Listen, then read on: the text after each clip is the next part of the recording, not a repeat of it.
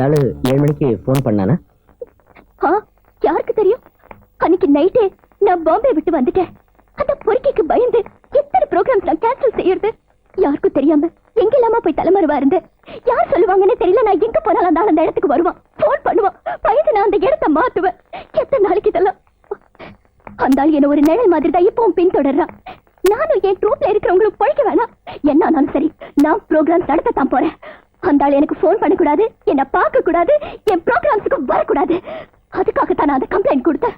அவன் வரமாட்டான், போன் பண்ண மாட்டான், ப்ரோக்ராம பார்க்கவும் மாட்டான். அதுக்கு நான் கேரண்டி கொடுக்குறேன். சார், சத்தியம். ஹலோ, இருக்காரு. உங்களுக்கு தான் சார் போன். பாத்தீங்களா, கமிஷனரா தான் இருக்கும். இனி அவனை பிடிக்கிற வரைக்கும் டே அண்ட் நைட் எனக்கு போன் பண்ணிக்கிட்டே இருப்பாரு. Yes sir. நான் தான் ரமேஷ்.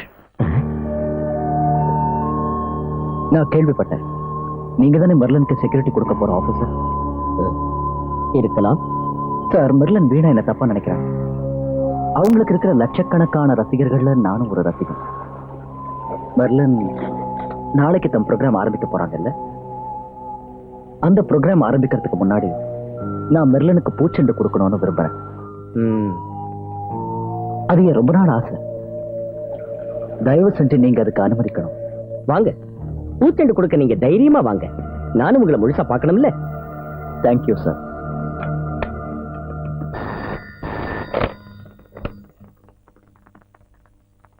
சார், நான் அவங்க கெஸ்ட் ஹவுஸ்ல இருந்தா இப்ப பேசுறேன். நாளைக்கு ப்ரோக்ராமுக்கு முன்னாடி ஒரு பூச்செண்டு கொடுக்கறதுக்கு வரட்டுமான்னு அவன் போன் பண்ணி கேட்டான். யாரு? ரமேஷ். வான்னு நான் சொல்லிட்டேன். சார், பிடிச்சிங்க கொண்டு வந்து. சரிங்க சார். மிஸ்டர் அமாவாசை, என்ன சார் இதெல்லாம்? என்ன நினைச்சிட்டு இருக்கீங்க உங்க மனசுல? எதுக்காக அந்த ஆள்கிட்ட நீங்க வர சொன்னீங்க? மேடம், இது பாம்பே போலீஸோ டெல்லி போலீஸோ ஒண்ணும் இல்ல, தமிழ்நாடு போலீஸ். எங்களுக்குன்னு சில வழிமுறைகள் விதிமுறைகள் இருக்கு. அவன் வரமாட்டான், உங்க ப்ரோக்ராம பார்க்கவும் மாட்டான். அதுக்கு என்ன கேரண்டி இன்ஸ்பெக்டர்? கேரண்டி இருக்கிறதால தான் சொல்றேன், இல்லன்னா முகத்துல அடிச்சு கேளுங்க.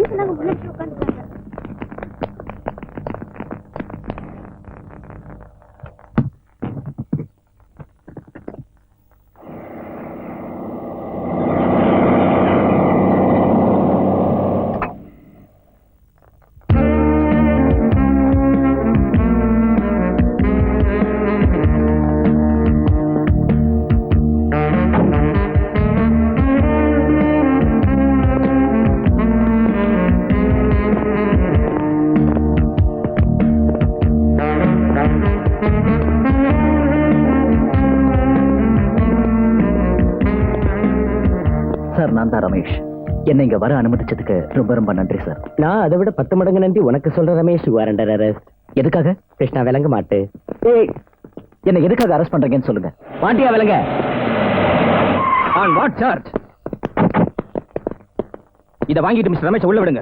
அது முடியாது. ஐஜி கிட்ட போன புகார் இது. கமிஷனர் சார் கொடுத்த ஆர்டரை வச்சு தான் நான் இந்த ஆளை அரெஸ்ட் பண்றேன். அவரை அரெஸ்ட் பண்ண முடியாது. எதுக்காக அதை சொல்லுங்க. உங்க கையில கொடுத்த பேப்பரை கொஞ்சம் பிரிச்சு பாருங்க. கோர்ட் கொடுத்திருக்கிற ஆர்டர் அது. முன் ஜாமீன். அது இது எப்படி உங்களுக்கு கிடைச்சது? அதுக்கு தான் நாங்க கருப்போட மாட்டிட்டு வக்கீல் வேலை பாக்குறோம். மிஸ்டர் ரமேஷ் உள்ள விடுங்க. இல்ல, அந்த பொண்ணோட ப்ரோக்ராமுக்கு நாங்க இந்த கதையெல்லாம் நம்ம கோர்ட்ல பேசிக்கலாம். Come on Ramesh, let's go. நான் இத மெர்லின் கிட்ட கொடுக்கறப்போ சட்டப்படி நீங்களும் என் கூட இருக்கணும். உள்ள வாங்க சார். வரல இருக்க முடியாதே. ரமேஷ், ஒரு சின்ன விஷயம். இந்த பூவை கண்டிப்பா கொடுத்தாகணுமா? எஸ். ஏன் கேக்குறீங்க? என் கிளாமர் மொத்தமும் போயிடுமேன்னு பாக்குறேன். போகட்டும். சரிதான், கோர்ட் ஆர்டர் இருக்கிறப்போ என் கிளாமர் போனா என்ன?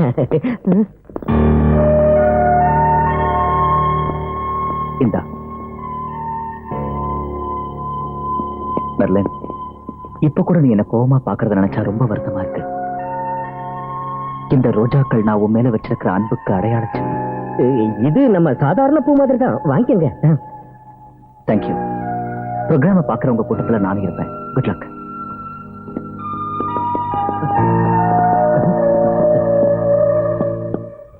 சட்டத்தில் உள்ள லூப் ஹோல்ஸ் எல்லாத்தையும் நாம அடைச்சு வச்சிட்டோம்.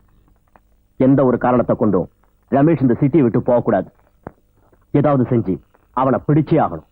அது ரொம்ப முக்கியம். எல்லா வழிகளையும் பிளாக் பண்ணணும். ஏரோட்ரம் உட்பட சிட்டில உள்ள எல்லா ஹோட்டல்களையும் செக் பண்ணணும். ஹலோ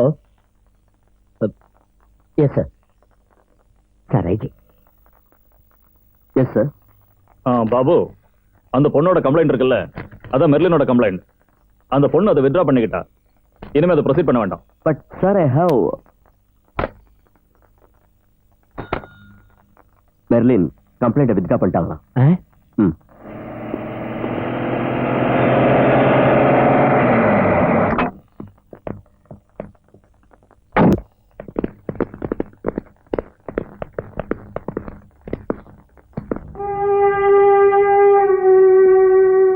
வந்து உங்களுக்கு நன்றி சொல்லணும்னு தோணுச்சு, அதான் வந்தேன்.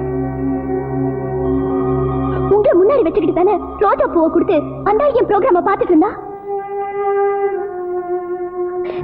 நான் என் கம்ப்ளைண்ட் ஐஜி கிட்ட நேரடியா கொடுத்தப்பவே அந்த ரமேஷ்ங்கிற மனுஷன் வெறும் பேட்டரோட இல்லைங்கிற உண்மையை புரிஞ்சுக்கிற சாதாரண மூளை கூட உங்களுக்கு இருக்க வேண்டாம்.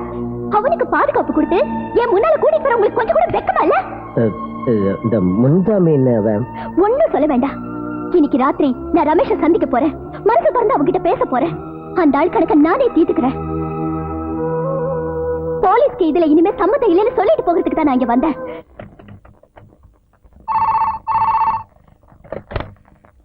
எஸ் சார், நான் பாபு பேசுறேன். அந்த மெர்லின் கம்ப்ளைண்ட் கொடுத்த ரமேஷ் இருக்கான்ல, அந்த ஆளை பத்தி ஒரு சில வித்தியாசமான இன்ஃபர்மேஷன்ஸ் எனக்கு கிடைச்சிருக்கு. என்ன அது? எனக்கு தெரிஞ்ச வரைக்கும் அந்த ரமேஷ் ரொம்ப அபாயகரமான ஒரு மனுஷன் சார். அவனுக்கு நிரந்தரமா ஒரு வீடு இல்ல, ஆபீஸ் இல்ல, ஃப்ரெண்ட்ஸுங்க இல்ல, சொந்தக்காரங்களும் இல்ல. யாருக்கும் அந்த ஆளை பத்தி விவரமா ஒண்ணும் தெரியல. ஆனா இந்தியாவில் உள்ள பேங்க்ஸ்ல அவனுக்கு இருக்கிற டெபாசிட் 40 கோடி ரூபாய்க்கும் அதிகமா இருக்கும். எல்லாம் ஃபாரின் மணி சார். இங்கிருந்து நடக்கிற எந்த எக்ஸ்போர்ட் பிசினஸ்லயும் அவனுக்கு ஒரு தொடர்பும் இல்ல. ஒருவேளை அவன் ஒரு இன்டர்நேஷனல் கிரிமினலா இருப்பானோன்னு நான் சந்தேகப்படுறேன். அதனால இந்த சிட்டியை விட்டு அவன் போறதுக்கு முன்னாடி அவனை பிடிச்சு என்கொயரி பண்ண நான் விரும்புறேன் சார். நீங்க தாராளமா என்கொயரி பண்ணலாம். Thank you sir. அம்மாவா சார், ரமேஷும் மெர்லினும் இன்னைக்கு ராத்திரி மீட் பண்ற இடத்தை எப்படியாவது கண்டுபிடிச்சாகணும். ஃப்ரெண்ட்லி மெத்தடியோ போலீஸ் முறையோ எதை வேணாலும் யூஸ் பண்ணிக்க. அந்த பொண்ணு கம்ப்ளைண்ட திருப்பி வாங்கிட்டா. ஐஜியும் போன் பண்ணி ப்ரொசீட் பண்ண வேண்டாம்னு சொல்லிட்டாரு. பின்ன இந்த விஷயத்துல உனக்கு மட்டும் ஏன் விளக்குற? சொன்னதை செஞ்சா போதும். தொப்பிய மாற்றா. இந்த கேஸ்ல இனி நான் வாதி பிரதிவாதின்னு பார்க்க போறதுல எல்லாரையும் அடிச்சு பின்னி எடுத்துறேன். இந்த அம்மாவாசைக்கு இருட்டு காட்டுறாங்களா?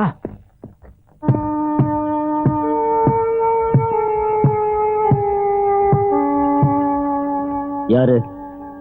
நான் தான். இப்போ போன் பண்ணிருந்தேன்ல. உட்காருங்க. என்ன விஷயம்? விஷயம் கொஞ்சம் ரகசியமானது. அதனால தான் போன்ல பேசல. நீங்க ஃபீஸ் எவ்வளவு வேணாலும் கேளுங்க, அது எங்களுக்கு ஒரு பிரச்சனையே இல்லை. மேடம் உங்ககிட்ட கொஞ்சம் விளக்கமா பேசணும்னு ஆசைப்படுறாங்க. பக்கத்து தெருவில் ஒரு வீட்டுல இருக்காங்க. நாம அங்க போலாமா? இன்னைக்கு ராத்திரி நான் ரமேஷோட காலை பிடிச்சு கேட்டுவேன். அதுவும் பழிக்கலன்னா அப்புறம் நான் எல்லாத்தையும் உங்க கையில விட்டேன். கொல்லணுங்கிறது இல்ல, ஆனா ஒரு வருஷத்துக்கு அவன் எந்திரிக்கவே கூடாது. இனிமே என் கண்ணு முன்னால வராதபடி ஏதாவது ஒரு ஹாஸ்பிட்டல் அவன் கிடக்கணும். அதுக்கு உங்களுக்கு எவ்வளவு வேணும்? ஒரு 4 பேரை ஏற்பாடு செய்யற. அதுல ஒருத்தன் பெரிய கில்லாடி. எல்லாருக்கும் சேர்த்து 1.5 லட்சம் ரூபாய் வேணும். சரி, கொடுக்குறேன். அவனை நீங்க மீட் பண்ண போற இடத்தை நான் பார்க்கணும். அதை பத்தி சுந்தரம் உங்ககிட்ட சொல்வார். வாங்க.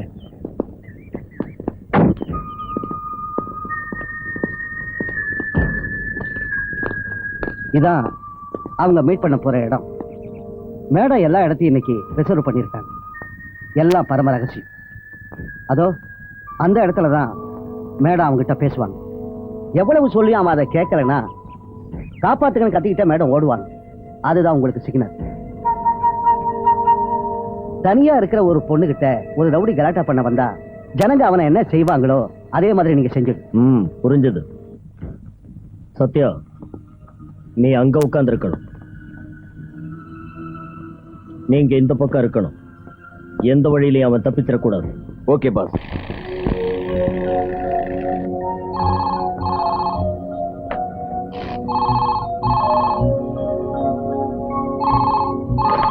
ஹலோ அம்முட்டி, நான் மர்ஃபி அங்கிள். மம்மி கிட்ட கொஞ்சம் போன கூட. மம்மி மர்சி அந்த கிட்ட போன் வந்திருக்கு. நகரே. ஹலோ அங்கிள், சௌக்கியமா?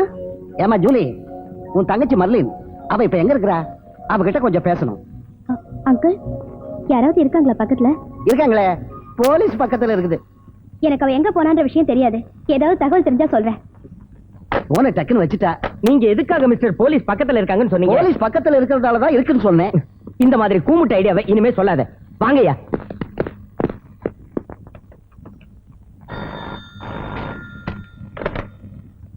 ஹலோ, என்ன பிரச்சனை இதெல்லாம் மர்லே?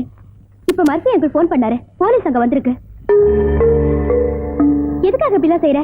நான் அன்னைக்கே சொன்னேன்ல, அவன் வம்புக்கு போகாதேன்னு. இல்லைங்கக்கா, என்னால போகாம இருக்க முடியாது. என்னை பொறுத்த வரைக்கும் என் ப்ரொஃபஷனை நான் என் உயிரா மதிக்கிறேன். என்ன அழுத்த யாரோ முயற்சி பண்றாங்க. ஒருவேளை அவனுக்கு பின்னணியில வேற யாராவது இருக்கலாம். அவனோட நிச்சயம் நான் பேசத்தான் போறேன். என்னை இப்ப தடுக்காதீங்க. மெர்லின், நான் இப்ப சொல்றத நீங்க ஒண்ணும் சொல்ல வேண்டாம். என் உடம்பு மனசு அவனுக்கு வேணும்னா ஒரு காலத்துல அது நடக்காதுங்கிறத அவனுக்கு புரிய வைக்க போறேன். அது மட்டும் இல்ல, அவன் மாதிரி இருக்கிற எவனும் கடல் கண்ணை வச்சுட்டு இனி என்கிட்ட வரக்கூடாது. நீங்க இதுல தலையிட வேண்டாம். என் விஷயத்தை நானே பாத்துக்கிறேன்.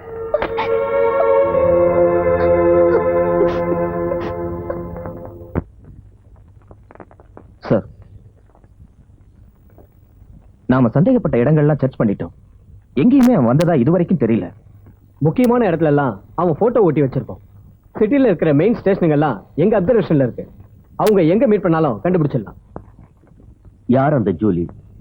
மெர்லினோட அக்கா சார். அப்பப்ப மெர்லின் அவங்க வீட்டுல போய் தங்குவாங்க. ஒரு குழந்தை இருக்கு, ஹஸ்பண்ட் ஸ்டேட்ஸ்ல இருக்காரு. அவங்க எங்க இப்ப இருக்காங்க? விழுப்புரத்துல. அந்த ஊர் எஸ்பிக்கு போன் பண்ணு.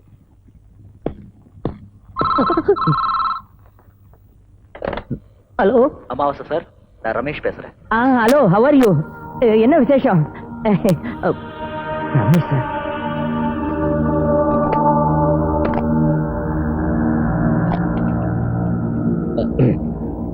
எஸ் மிஸ்டர் ரமேஷ், சொல்லு. சார், இன்னைக்கு ராத்திரி 7:30 மணிக்கு நான் மெர்லினை மீட் பண்ண போறேன். கரெக்டா 7 மணிக்கு நான் உங்களுக்கு ஃபோன் பண்ணி எந்த இடத்துல மீட் பண்ண போறோம்னு சொல்றேன். எனக்கு உங்க உதவி தேவைப்படுது. ஐ மீன் போலீஸ் ப்ரொடெக்ஷன். என்னமோ தெரியல, மெர்லின் என்ன ஒரு விரோதியாவே நினைக்கிறாங்க. அவங்க என்ன ஏதோ செஞ்சிருவாங்களோன்னு எனக்கு பயமா இருக்கு. போலீஸ் பக்கத்துல இருந்தாங்கன்னா எனக்கு கொஞ்சம் தைரியமா இருக்கும். நான் கரெக்டா 7 மணிக்கு இதே நம்பருக்கு மறுபடியும் ஃபோன் பண்றேன். Please help. Mister Ramesh, commissioner Babu பேசுறேன். Hello sir, how are you? Fine. நீ மெர்லினை மீட் பண்றதுக்கு முன்னாடி நான் உன்னை சந்திக்க விரும்புறேன். சாரி சார், அது முடியாது. மெர்லினை நானும் சந்திக்க போறது என் வாழ்க்கையில விலை மதிக்க முடியாத ஒரு விஷயம். அதுக்கு முன்னாடி எந்த விதமான குழப்பத்தையும் ஏற்படுத்திக்க நான் விரும்பல. ஓகே, அதுக்கப்புறம் உன்னை சந்திக்கலாமா? அது என்னால சொல்ல முடியாது சார். இந்த சந்திப்போட முடிவை பொறுத்து தான் என் எதிர்காலமே அமைய போகுது. அது சரி, நீங்க எங்க மீட் பண்ண போறீங்க? அது எந்த இடம்னு மெர்லின் 6:30 மணிக்கு தான் எனக்கு சொல்லுவாங்க. எதுவா இருந்தாலும் நாங்க சந்திக்கிறதுக்கு முன்னாடி கண்டிப்பா உங்களுக்கு ஃபோன் பண்ணுவேன். கரெக்டா 7 மணிக்கு. அது இருக்கட்டும், இப்ப நீ எங்க இருந்து பேசுற? சார், எனக்கு நிரந்தரமா ஒரு வீடு இல்ல, சொந்தமா ஒரு ஆபீஸ் இல்ல, சொந்தக்காரங்க இல்ல, ஃப்ரெண்ட்ஸுங்க இல்ல. இதெல்லாம் உங்களுக்கு தெரிஞ்ச விஷயம் தானே? சரி, இப்ப எங்க இருந்து பேசுறேன்னு சொல்ல. நீங்க என்ன பார்க்கணும், அவ்வளவுதானே? பின்னாடி திரும்பி ஜன்னல் வழியா பார்த்தா தெரியுவேன்.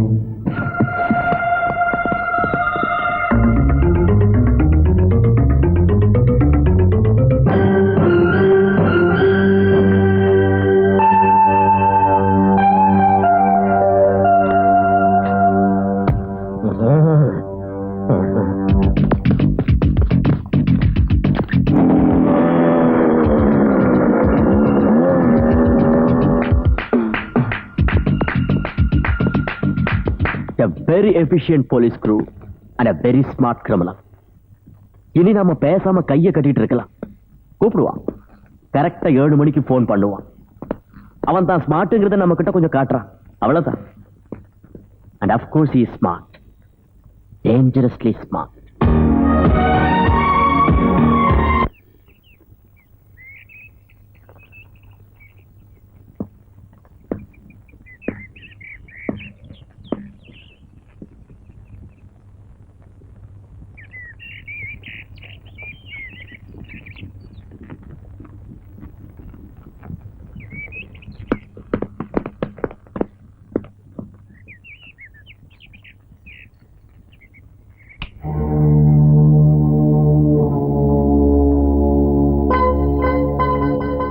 சிட்டியை நாம நாலா பிரிச்சுக்கலாம். நார்த் ஏரியாவை அருண் கவனிச்சுக்கணும். Yes sir. ஈஸ்ட விக்ரம் பாத்துக்கணும். Yes sir. சவுத் ஏரியாவை அமாவாசை கவனிச்சுக்கணும். Okay sir. வெஸ்ட் ஏரியாவை நான் பாத்துக்கிறேன். அவங்க எங்க சந்திக்க போறாங்கன்னு அவன் எனக்கு இன்ஃபர்மேஷன் கொடுத்த உடனே அந்த ஏரியால உள்ளவங்களுக்கு நான் மெசேஜ் பாஸ் பண்ணிடுவேன். so that you can reach the spot immediately. remember, எந்த ஒரு தப்பு நடக்க கூடாது. இந்த சந்தர்ப்பத்தை நழுவ விட்டுட்டோம்னா அப்புறம் ரமேஷை பிடிக்கிறது சுலபமான காரியம். மைண்ட்